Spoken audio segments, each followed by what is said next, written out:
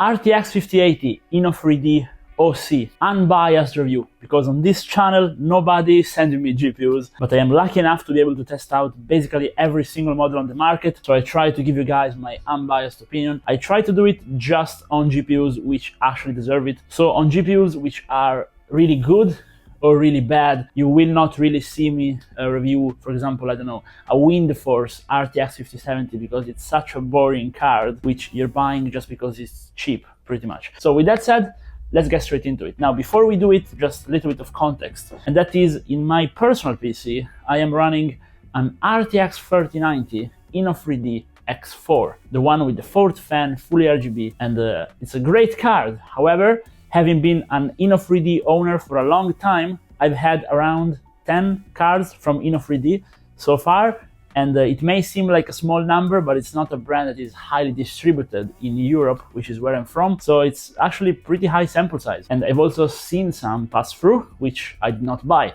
Now, what do all of them have in common? The fans break. They all break. And by break, I just mean they become really noisy because the grease inside gets worse. Now, on the 5080 we have here today, they have new fans, but they look the exact same. So only time will tell if those fans too are going to break. But I have to mention it because I had to go ahead and fix my fans. Now, I have a tutorial on the channel about how you can fix your fans by using some simple grease, but it's a very annoying operation, even though it's pretty easy if you're familiar with DIY, so you can do it, but it's not fun. So, need to mention that. Let's go ahead. Now, the box is really cool. I was actually expecting the card to look a lot better, judging by the box, but never judge a book by its cover and a GPU by its box. Very important. So we go ahead and open it, and the inside is pretty basic. They give you absolutely nothing. They don't give you a GPU stand. They don't give you basically a sticker, anything. They just give you the card, the adapter, and basically a little warranty thing telling you all the different ways in which you can void your warranty, which includes removing the stickers of the GPU, which in many places is actually illegal to do. You can't void the warranty just because we remove the stickers, especially if you're the US, but that's what you get. Now, the card has a lot of peel-offs, so if you're into that, you can do that if you buy it brand new. And then we have the actual 5080. My first impression was, wow, this thing is a lot less impressive than I thought, because it's actually pretty small, pretty light, and it's actually smaller than an RTX 5070 Ti Zotac Solid, which I reviewed not too long ago on the channel, and it's an MSRP RTX 5070 Ti. Now, here's where the second problem comes in. The X3 from Inno3D is not an MSRP card. It is slightly over MSRP. Now, the actual price is quite a bit higher. So as far as I know, list price should be around $100 over MSRP, which is not too bad. But in reality, this realistically is going to be around $150 more than MSRP, even $200 more than a Founders card. And listen, guys, I would not buy this card for that price at all, because build quality is decent, but even right now that it's brand new, we can see something melting on the thermal pads, which is not impairing temperature at all. Temperature is actually great. I will show you guys the Firestrike, and the card is performing great, 68 degrees maximum in this build. Now, listen, it's a very well-cooled build, and we have an inclined fan pushing directly towards it, but even on an open test bench, we can see maximum of 2 degrees more, so around 70 degrees in an open air test bench with no fan. So it's a pretty good card. It can cool itself pretty well. And the actual power limit is decent. It has good overclocking capabilities. You can follow my guide.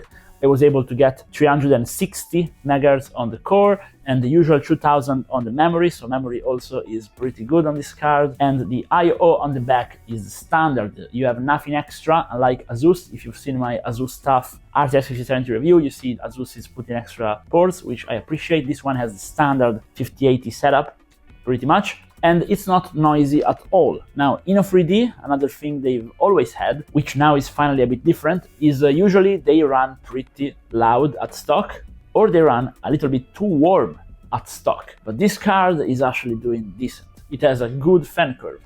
It is not the most silent, but it is not the warmest either. It doesn't look impressive at all, so if you are buying this card for aesthetics, don't buy it, because I thought it was gonna look better. I look at the picture online, and in real life it looks a lot worse than it does online. It looks like a brick, black brick with just the Inno3D writing lit up. So not the best. To recap, the price is not the best. The looks are not the best. The performance is good, really good, but you're not buying a card for the performance, because even if you buy the ROG Astral card or the MSI Supreme, you're only 2 or 3% better than a regular card. So if you want performance, you're better off overclocking, not buying a card. So that's off.